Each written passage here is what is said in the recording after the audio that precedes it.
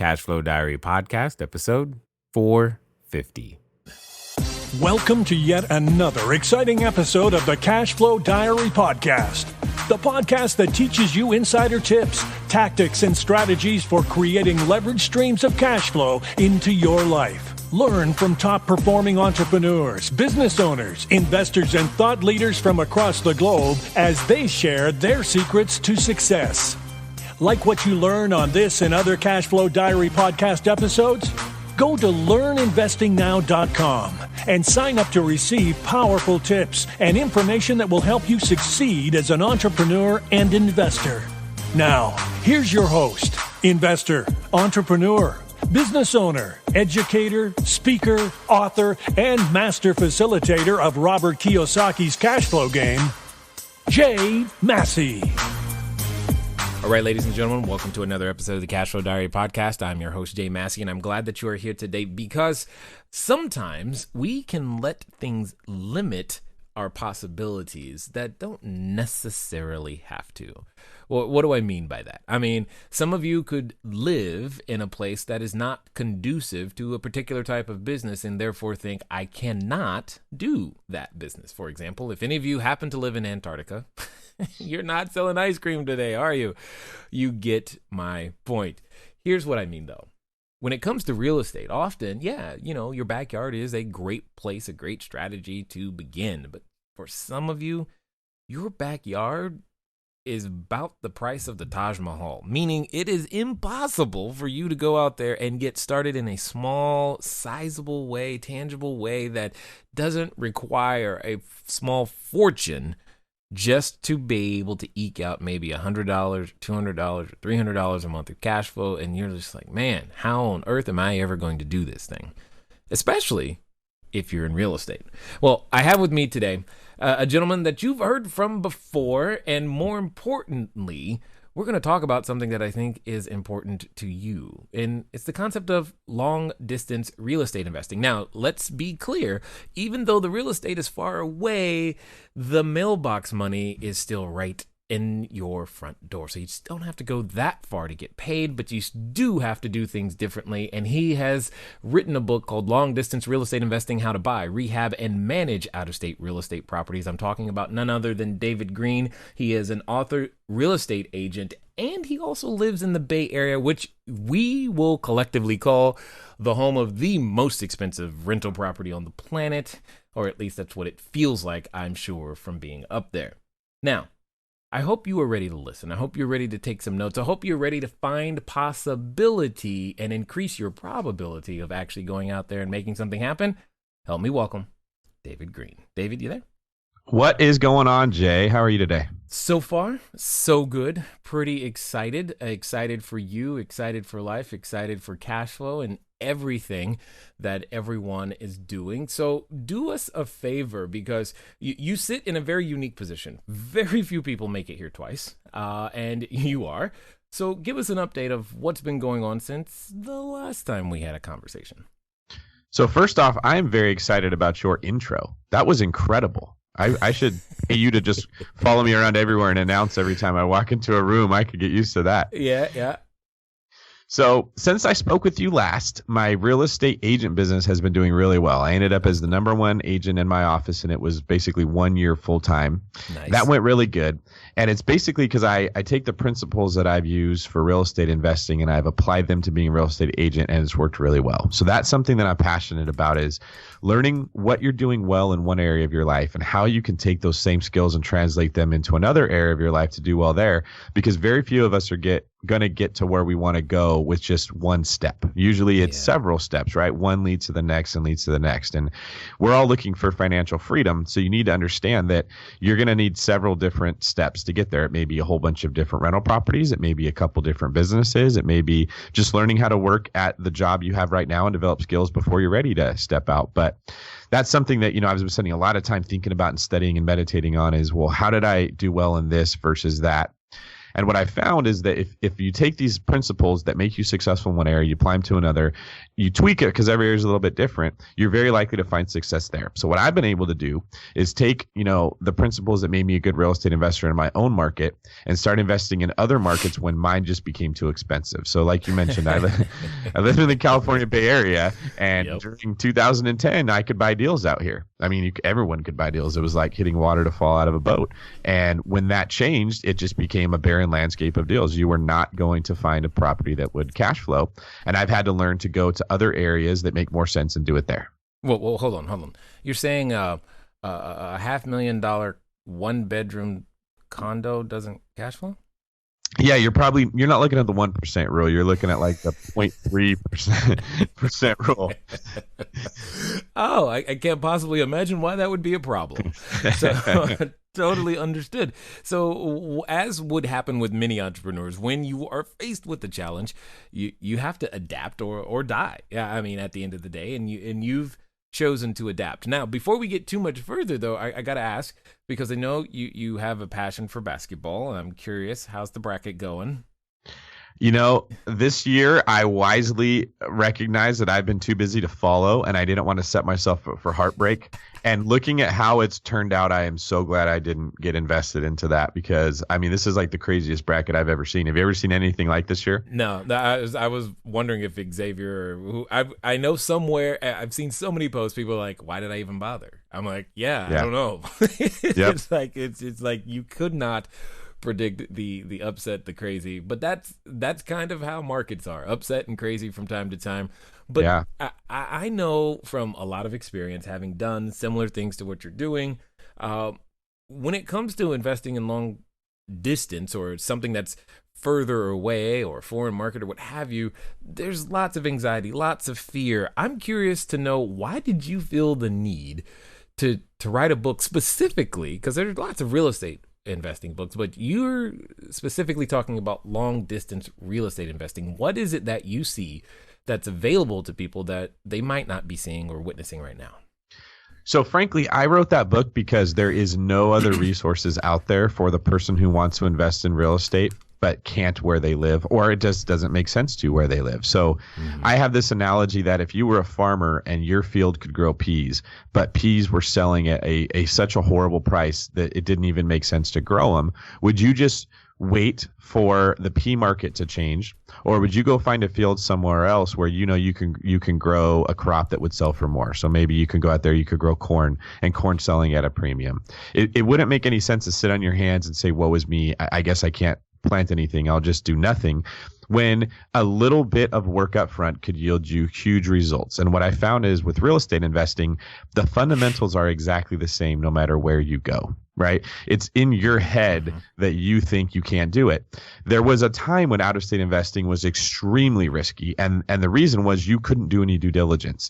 You were in California or New York, and you called some guy in Kentucky that you didn't know, and there was no internet, so you just called on the phone, and he said, "Oh yeah, I've got tons of properties that'll work for you." And you're like, "Oh my gosh, that thing's $70,000. How could you buy a house for $70,000 when you're used to seeing houses that are $500,000, right?" Does it have a roof? Yes. Are you sure? Yes. And you think that you found some secret that nobody else has ever seen, and you've struck gold, and so you went and bought all these $70,000 houses that were really probably worth $45,000, because that broker had no reason to be honest with you. He was never going to see you again. Yelp didn't exist. You couldn't give him bad review. You bought in the worst parts of town, and then you had some property manager you just had to blindly trust. And when he told you the tenant didn't pay rent, how did you know?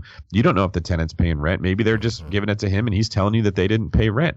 So the reason it got a bad reputation was because the lack of information that was available made it risky. I don't believe long distance investing is risky. I believe ignorant investing is risky. Well, now we live in the information age, and almost all of the due diligence that you would ever do for a house right down the street is available to you for that same house in Kentucky. And furthermore, you now have ways that you can form relationships with people in Kentucky, per se, that can do the job for you rather than you doing it. And I think, Jay, you can recognize that one of the biggest hurdles for entrepreneurs is they want to try to do everything themselves. They don't trust people. They don't know how to recognize talent. They don't know how to leverage themselves, right? And they create this artificial ceiling to their own success because they're trying to do everything. Now, none of us are good at everything. In our last episode. Hold on. maybe you, right? But you're an exception, right? You're the LeBron James, okay? For the rest of us, like, I'm Steve Kerr. I could shoot 3-pointers really good. I'm not the guy you want to get in there to get a rebound, all right? Recognizing that about yourself is one of the quickest ways to make yourself a better player. Because if Steve Kerr knows this is where he's successful, he shoots threes, he's only going to go to teams that already have a Michael Jordan on him or a Tim Duncan because he knows he's going to get open looks and he doesn't need to rebound. Well, my real estate investing philosophy is the same way. I know there are a few things that I do really well and a lot of things that I do not do well. And I find people in those areas to do those parts for me that I don't do well. And it's kind of supercharged my success. I get that 100%, especially the team analogy.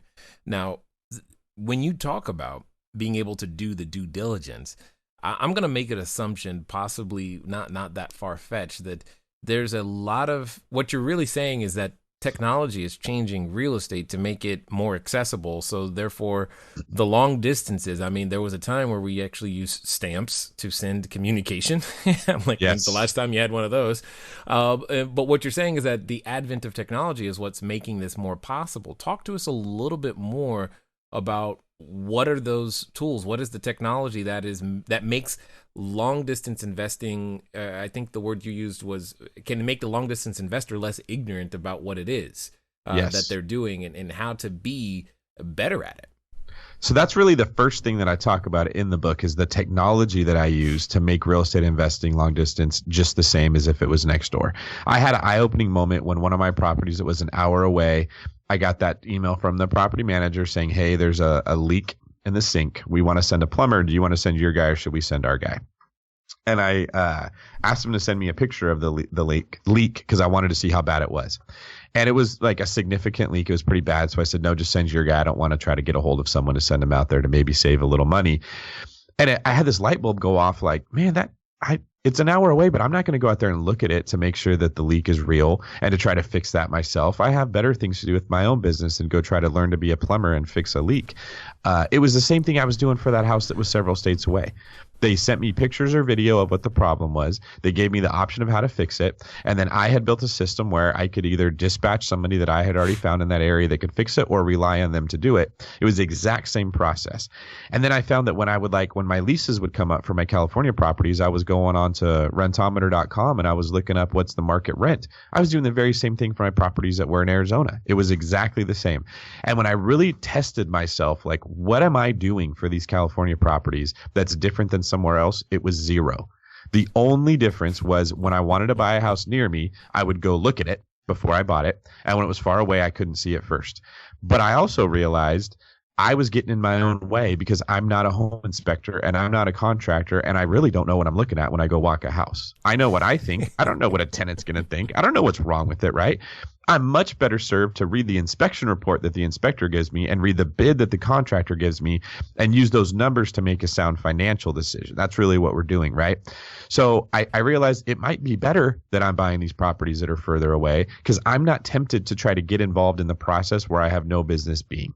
So it's the fear we have is due from ignorance. It's I don't know what I don't know. And that scares me. I don't know what's going to be coming, right?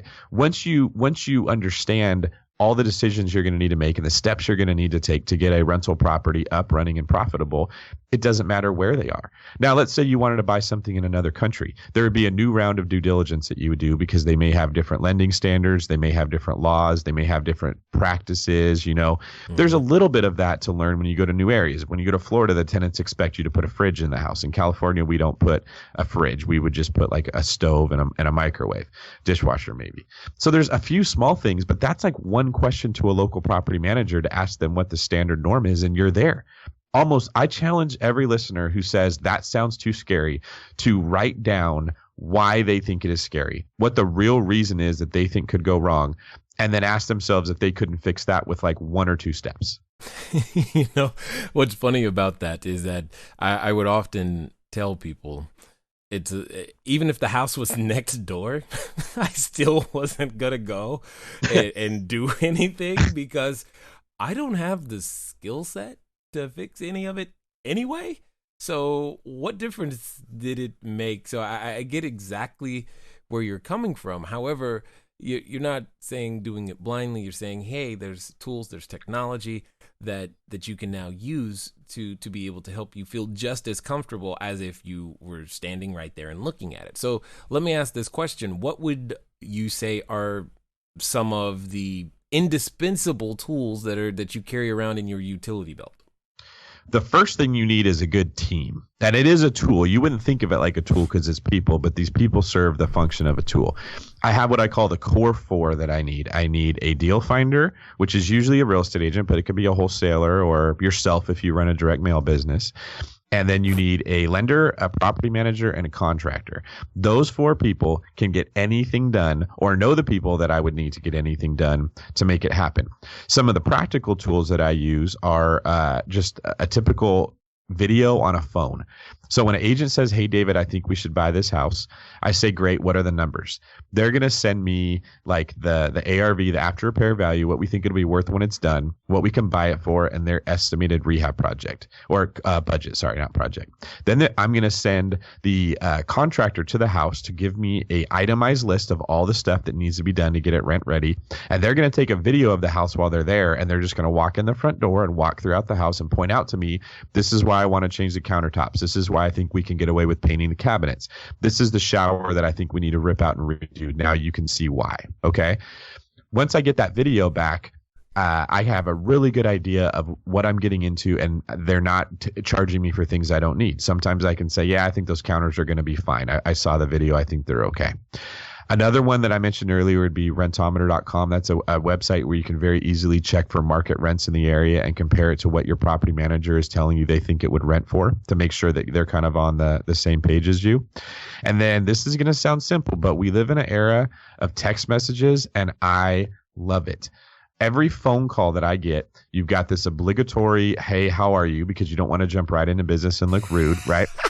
Then I got to listen. I got to ask you about your kid's swim meet, which I really don't care about. And you're going to tell me about it because you don't want to be rude. Then, hey, we finally get around to the thing we actually needed to discuss. Then we can't just hang up because then that would be rude. We have to do the little outro dance. And it's 12 to 15 minutes for every phone call, where what we really needed was, David, yes or no on this question, right?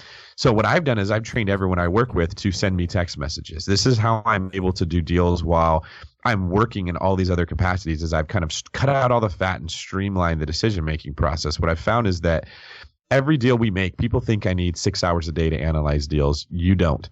Buying a house is probably a 32-minute process broken up into 31-minute conversations, right? If you really narrowed it down.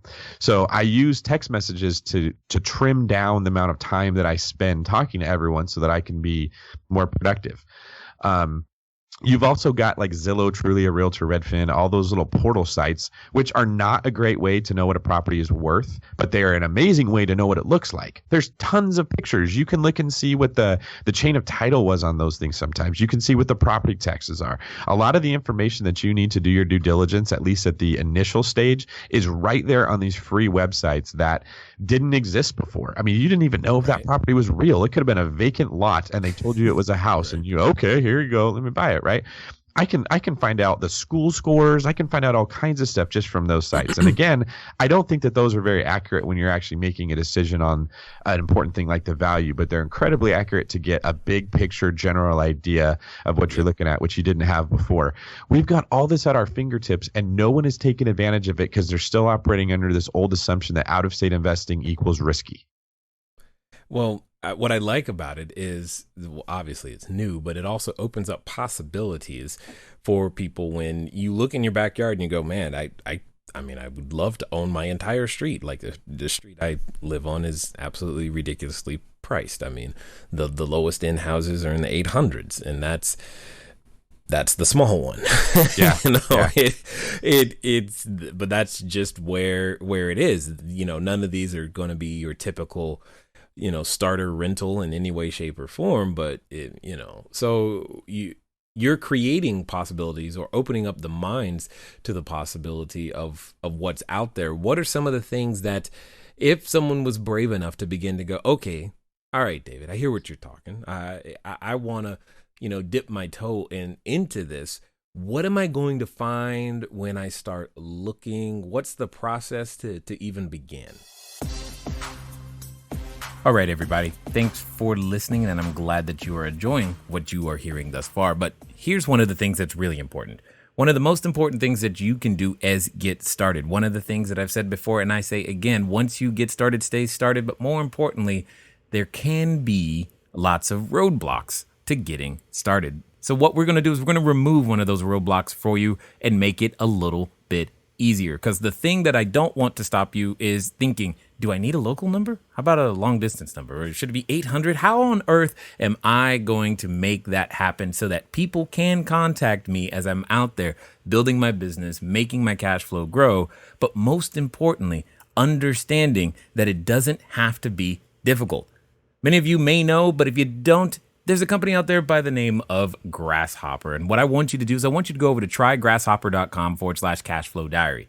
Grasshopper is the entrepreneur's phone system. It works like a traditional phone system, but requires no hardware to purchase, no software to install. It's just the number that flat works. So if you are out there building that distributed workforce across many different locations, it's a way for you to still go out there and make your number be unified, simple, easy to use, something we've been using for quite some time. So again, go over to trygrasshopper.com/cashflow diary. Now, let's get back to the rest of the story. The first thing that you want is also the most important, and it's a person in the area that you're looking in that is familiar with real estate investing, is familiar with the process, and has people they can refer you to do the different jobs you need. Most people think I need to go find the deal myself. Then I need to go find all the people to do the work. And they get intimidated because they're like, how do I know my contractor will be good? What if I call 40 people on Yelp? How do I know that this is really the right one to use? What I believe is that rock stars know rock stars. So what I mean by that is that people that are really good at what they do tend to hang out with other people that are really good at what they do. Okay.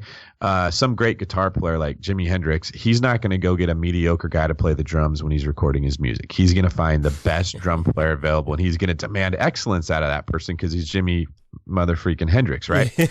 Right. Right. So if I wanted to get into, internet marketing or internet education or how to run a podcast, and I came to you and I said, hey, what products do you use? I know I really wouldn't need to vet that too hard because you're really good at what you do and you're going to give me really sound advice. If I go to some guy who's trying to do this halfway job out of his garage and not very good at it, I'm probably going to have to look at the information he gives me very, very closely. So that's one trick that I use to save myself a lot of time is if I can find a great real estate agent in that area who's very familiar with real estate investing, probably does it themselves, their property manager is probably awesome because they're going to demand that that person is really good, just like they're really good. That property manager is probably going to be able to refer me to incredible handymen that do really good work for really cheap because they rely on that to build up their business and serve their clients, right? That realtor is going to know a lender that works with investors that isn't just the cookie cutter guy. Oh, you conform to normal standards, you can get a loan. Maybe has some creative options out there for investors when you get more than 10 homes or you're in a situation that your debt to income isn't good enough, but this lender won't care about it. Whatever the case may be, they're going to know the people that you need to know to find yourself successful. And what I used to do when I was new is I would just be like everyone else. I'd go look for deals. I wanted to learn how to fish. Where are the fish at? How do I catch them? And that's a good strategy. What I do now is I go look for a fisherman that has so many fish that they can't eat them all. They're going to rot unless they sell it at a really good price. So I spend all my time looking for people who are doing the same thing as me, wholesalers, real estate investors, property managers that buy rentals, real estate agents that invest themselves, and letting them know when you find a great deal that meets my criteria, and here they are, and you don't have the money to buy it, bring it to me first and I'll give you a bonus for it. Or a wholesale fee, an assignment fee, whatever the case may be, right? So I've surrounded myself with, because none of us, most people don't have cash on hand to get every deal that comes their way. When you start off, you don't have any money, then you can't find any deals. Then you get to the point where you find more deals than you have money for. That's usually the way that the thing works. So I want to catch people at that level of, the graph or the line where they don't have enough money to buy every deal, but they don't want to lose this great deal. They're going to lose that fish. It's going to rot. They're not going to be able to eat it. Well, bring it to me and I'll buy it at a discounted rate and give you a little bit for it. So once you get that down, then you start having conversations with these people that do know the area like the back of their hand because they live there. Your property manager, if they manage a lot of properties, knows every single nook and cranny in that city. They know what side of the street is okay, what side's not. They know where the tenants that they are working with want to move to and where they're not super happy about. They know what kinds of properties people are into, if it needs a garage or if a carport will do. All those questions that everyone's saying, well, what about, I don't know this. There is a guy whose job it is to know that, or a girl. You need to go find that person. And what's interesting is that as much as you need them, they need you too, because their business doesn't grow if they don't find people like you. They want to work with people like you, right?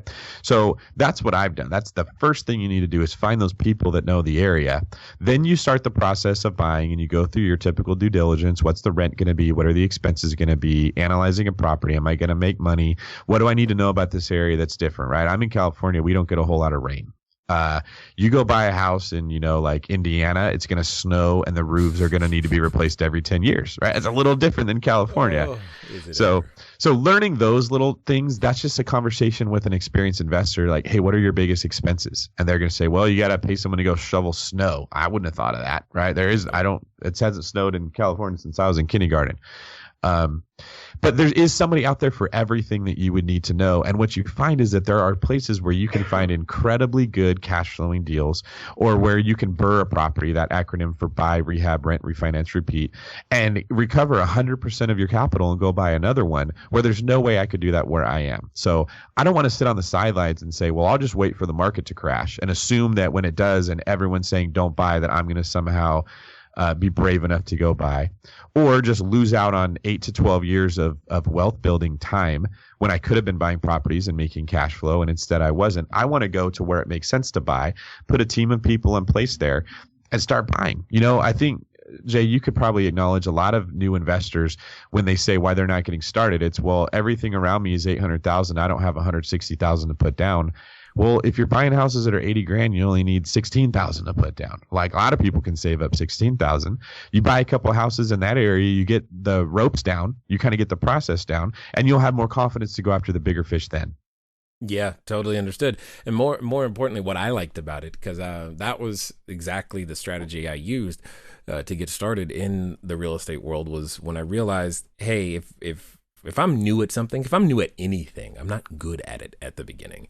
Would I rather take a $800,000 risk as my first one, or a $50,000, $60,000, $70,000 risk on the first one? And it just seemed to me that the $50,000, $60,000, $70,000 risk was easier to stomach when it goes south, versus the $800,000 risk going south would consume way much more time, energy, emotions, etc. And more importantly, at the beginning, it's about the number of times you've done something, not the dollar amounts that you're doing some things with. So if you can do more transactions faster than the person next to you, you can build up the equivalent of a lifetime of experience in opening and closing escrows and completing paperwork faster than the person who's waiting on the big ones. But what my question to you, because I'm hearing some financial concepts inside what you're saying, because there is a reason to obviously wait for the market to crash. I mean, that makes great buying opportunities. But you said something that I think is really important. You said, I don't know if I want to wait necessarily for that, or that I'm going to, have what it takes in order to take advantage of the crash. What is it that you think you are building outside of wealth? What are some of the other intangibles that you're building in the meantime, while you do wait for an impending crash? Not saying that it will, not saying that it won't, but what do you think you gain in the meantime by going this way?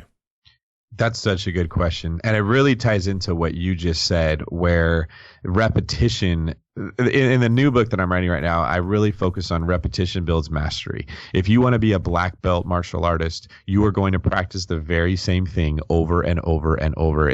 Bruce Lee had this awesome quote: I don't fear the man who knows 10,000 kicks. I fear the man who knows one kick and has practiced it 10,000 times. Right?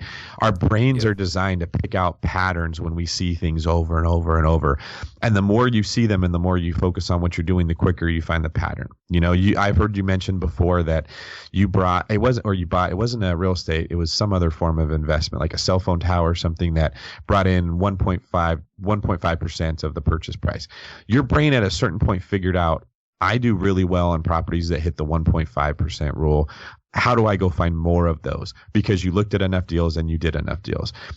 We learned to swim in the shallow end of the pool, not the deep end, because the risk of drowning in the deep end is really big. Well, the risk of not swimming in the shallow end is much smaller because you just put your feet down, right? But the important part is you're learning how to swim. You're getting your stroke. Your body is starting to develop habits and muscle memory and pick up techniques of how to keep yourself above water. And once you're comfortable, you move to the medium end and then you go to the deep end. When we work out, we don't jump right into a hardcore CrossFit workout for our first one ever.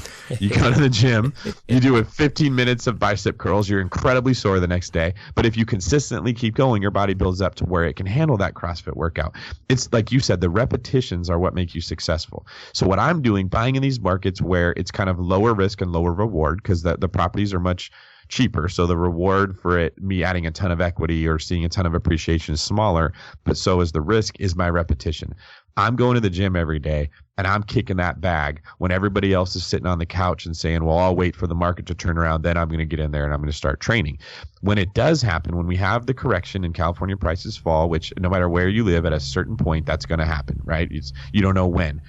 If I continue to use the burst strategy and recover 100% of my capital, I will still have all the money that I would have had to buy. I won't lose anything. But my brain will have had a head start of finding out all the patterns of how I find great deals. So the things that I did in this hypothetical situation, Kentucky, of finding the people, finding the team, finding the people who have deals, not just finding the deal, that's going to work in California when my brain knows how to recognize patterns of success. And I'm like, you know what? I don't need to go on Zillow and look for a good deal. I need to go talk to the bank and find the asset manager who has a portfolio of 25 great deals and then go raise money to buy 25 great deals. I probably wouldn't have thought of that strategy if I hadn't have been getting my kicks in the meantime in these areas that are lower risk and lower reward.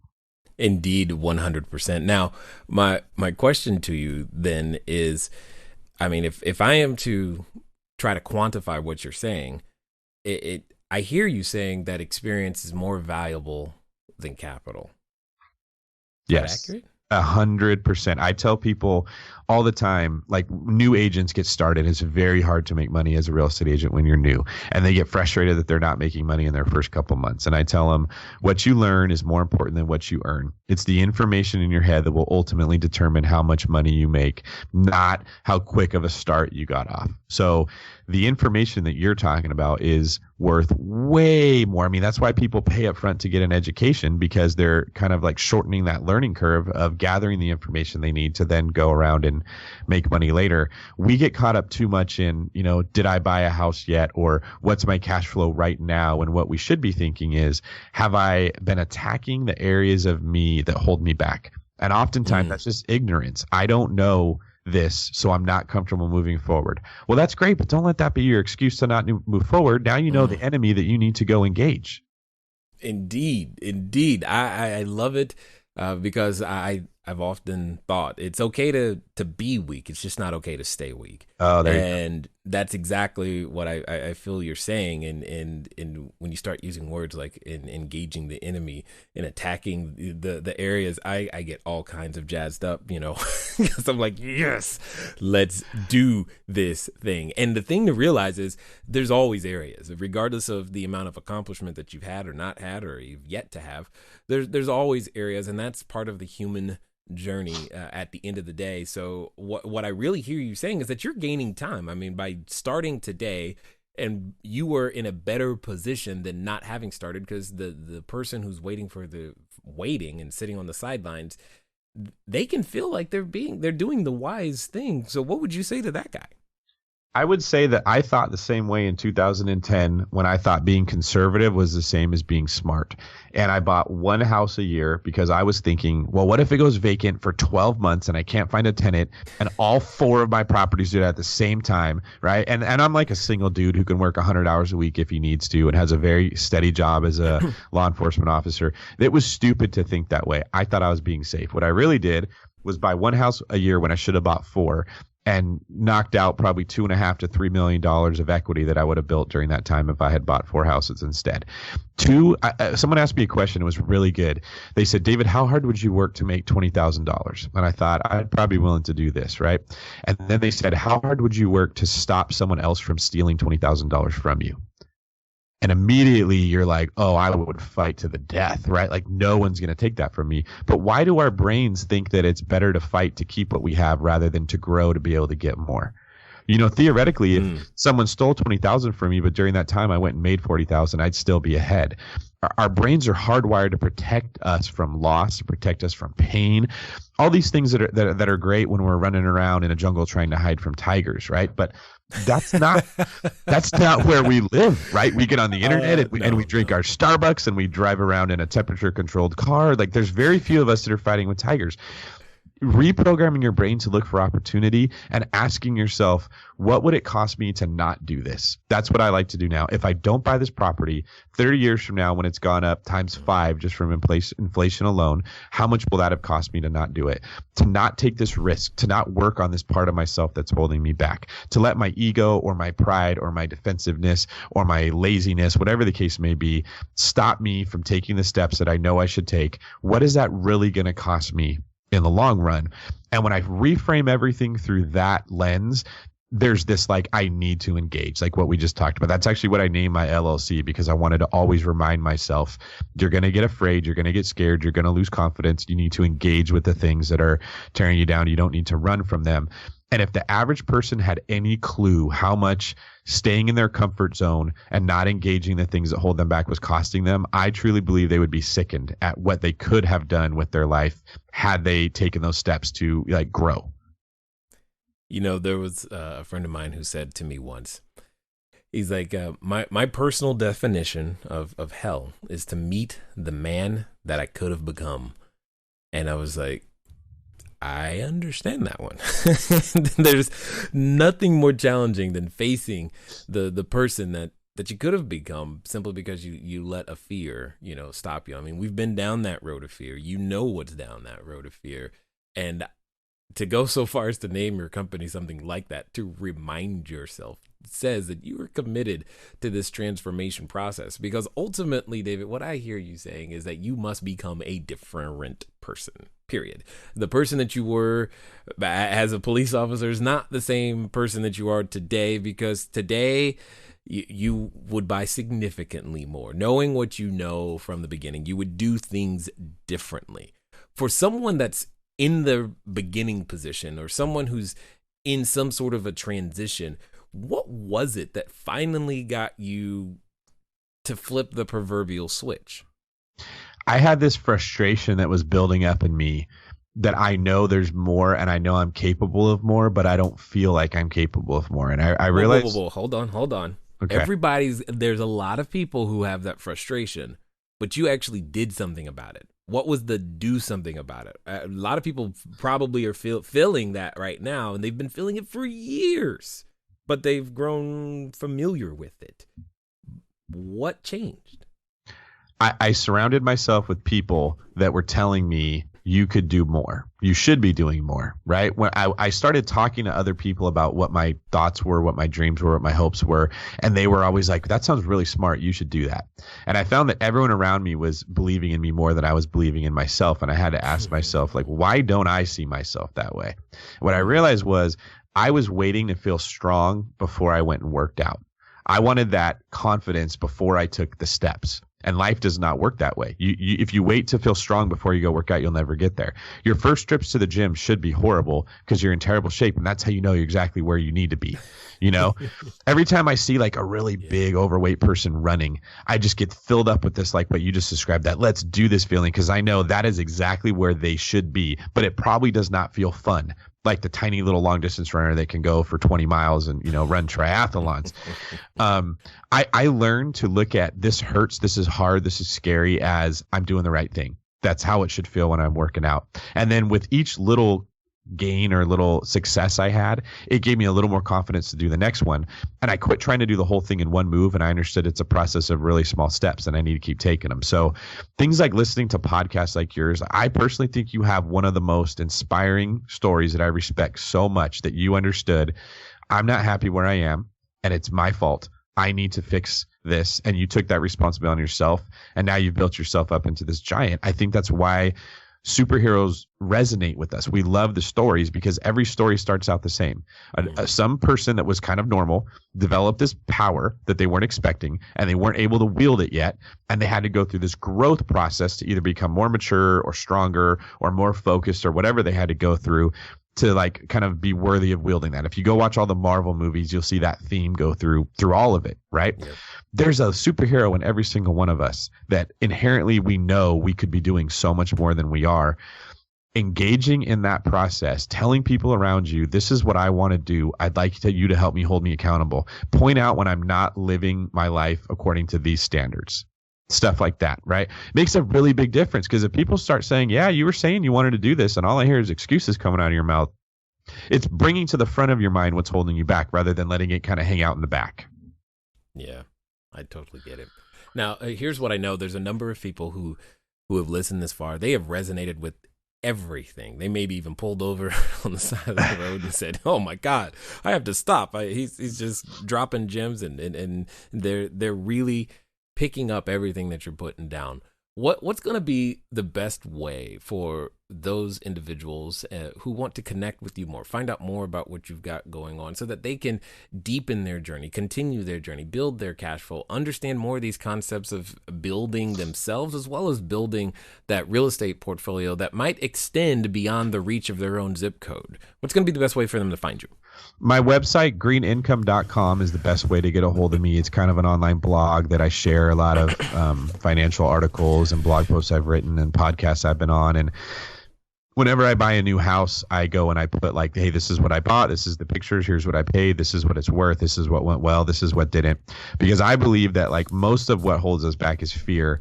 And you can overcome fear with education. Like one of my buddies, Brandon Turner, always says, math overcomes fear. If you run the numbers and it makes sense, then you just need to go solve all the things that are holding you back, because they probably don't really matter. There's a solution for it. So I personally think surrounding your mind with stuff like what you and I are talking about today that pulls you higher, rather than letting all the fears that you're concerned of that are just going to pull you lower, is really important.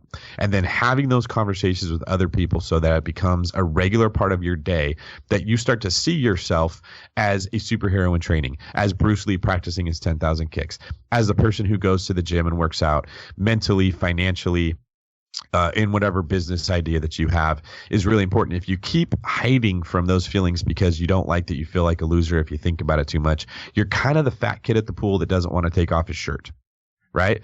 Take it off, let everyone see you're not in good shape, and let that motivate you by finding friends that all want to go to the gym too. And that kind of becomes your life. I like it a lot. So For those of you who may have missed it, Dave has been with us before. It was episode 417 for those of you who were like, hey, let me hear what he had to say the last time he was here. But there's still something I want to ask you. I've asked you before, and I want to see if your answer's kind of changed or if it's the same. For the individuals who are listening and, they're on that precipice of decision, as happens all the time when we go, hey, I'm now going to go be great. I'm standing in front of the superhero outfit store. I've got the kind of cape. I think I know the cape I want. I think I know the outfit I want to wear. I'm going to put on this mantle. I'm going to take the plunge and be that thing. Like I know, especially as it relates to money and investing and real estate, the first thing that comes up is that voice that reminds us of what we can't do, who we're not, how it didn't work last time. And oh my God, you're going to put your money in where? And for some people, they're related to people who are saying these things to them. My question to you is very simple. What would you suggest they do in knowing that they're actually going to take action in the next 24 to 48 hours? What should they do? So is this for the example of like whether they should buy a rental property or not? All of it. I mean, okay. This entrepreneurial journey has so many facets.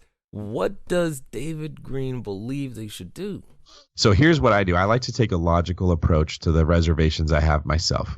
It could be, should I go start my own business? Should I go buy this rental property? Should I invest in a little bit of money to start a blog? Whatever the case is that you think is going to help take you to the next level. If every decision, there's a reward and there's a risk. It could go great. It could go bad. You could have a little bit of both. Okay. I like to focus on how can I maximize the reward side and minimize the risk side, but knowing that risk is always a part of every decision that you make, and you don't have to look at it like it's a negative thing. Like risk really opens up the door for a potential bigger reward. So for instance, I was thinking, should I leave being a cop and go be a real estate agent? That was really scary because what if the market turns around? What if I don't do very well? I have this like really solid, consistent job with great benefits. What if I can't replicate that in real estate? So what I did is I said, I'm going to save up a lot of money in reserves so that I don't go broke doing this.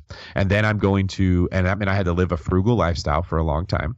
And then I'm going to go build up my cash flow to where it's big enough that if I don't do great as a real estate agent, my cash flow will keep me afloat, not where I want to be in life, but afloat until I can figure it out. So I built up this floor underneath me to mitigate how bad it could go. I mitigated my risk, right? That's the same thing I do with every move I make. I'm like, hey, I want to go take this next step, and this is what could go wrong, and this is what could go right. What can I start doing today to protect myself, to ensure myself in case the stuff goes wrong that I'm concerned? So all I have to focus about is doing what's right. And what I find is that that's a pattern that your brain will start to figure out. Like, Jay, you do this with every step you take, whether we've thought about it or not. You're a very insightful guy, so you probably thought about it. But hey, I want to go do this next step in my business, but that means that this could go wrong. Well, how do I build up a floor underneath me to catch me if I fall and buy me time to get it figured out so that I don't worry about losing everything I have because I just took one big risk, right? We're not poker players that are like, I'm going to go all in regardless of what hand I'm holding. You take calculated risks. You wait until you've got the right cards and it makes more sense to do it. And if you go all in and you lose, you know that you have more money you can go buy more chips with and start again. Because the trick is the more poker you play, the better you're going to get at poker. And eventually you're going to be winning much more than you lose. That's the idea. I love it 100%. I thank you for being committed to the journey of entrepreneurship. More importantly, becoming a different person, becoming the better versions of yourself as you continue. And if I heard you correctly, you're already writing another book, and I commend you for that because that's a process in and of itself. Amazing. And I thank you for taking the time to share your knowledge, your insight, and your wisdom here with us today at the Cashflow Diary, sir. Thank you, Jay. It was my pleasure. I love talking to you, and thank you for sharing what you do. You help a lot of people, brother. All right, ladies and gentlemen, you know what time it is. It's time for you to move at the speed of instruction. What does that mean? That means get over to the blog, Greene Income. Well, one, it's green income. That who doesn't want more of that? And that's a great thing in and of itself. But most importantly, be ready to take action. Be ready to do something. Be ready to move. Push yourself. Challenge yourself because you know, on the other side of fear is that opportunity that you're looking for to live the lifestyle that you desire. And there's a way to make it happen. And you just found yet another resource. Ladies and gentlemen, it's been fun talking to you today. I look forward to talking to you soon. Until next time.